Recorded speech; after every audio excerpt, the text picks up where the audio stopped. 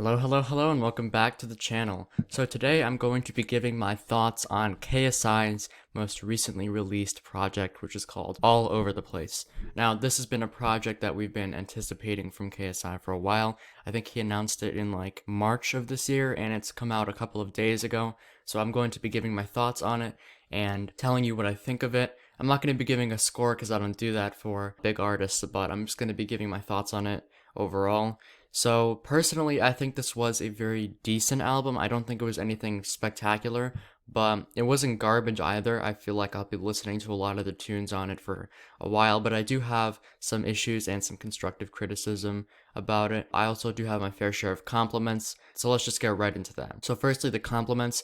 I do believe that KSI has improved both in his singing and his rapping throughout the past year. Obviously, if you listen to Dissimulation, which was his album last year, and then this one All Over the Place from this year, you'll see a massive difference in both his singing quality and his rapping quality. He's learned to experiment with new flows, to be more versatile and take more risks when rapping and singing, and aesthetically it's a lot more pleasing than Dissimulation, where it felt like he kept himself in a little bit of a box. So I feel like he's improved a lot on that aspect, and additionally he got some pretty good features on the album, so there's a lot of name recognition like 21 Savage and Future and Youngblood and Polo G and all those other people, Anne Marie, Craig David. So lots of very exciting features. So those are my two biggest compliments about this record. Now I do have a lot of criticisms for it as well. I don't understand why KSI thinks that a solo album just needs to be littered with features.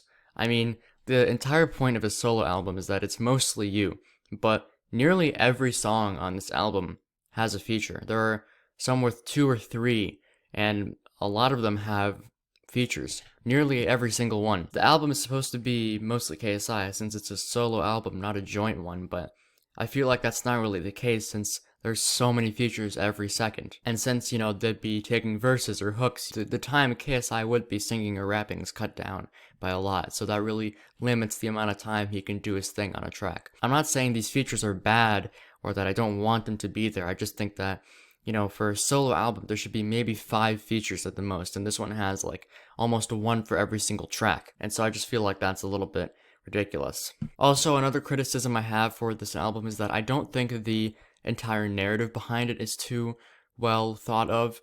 His entire point with the album is that everyone will like at least one song off of this album, because there are so many genres packed within it. But I think that might actually work against him because of people's personal interests.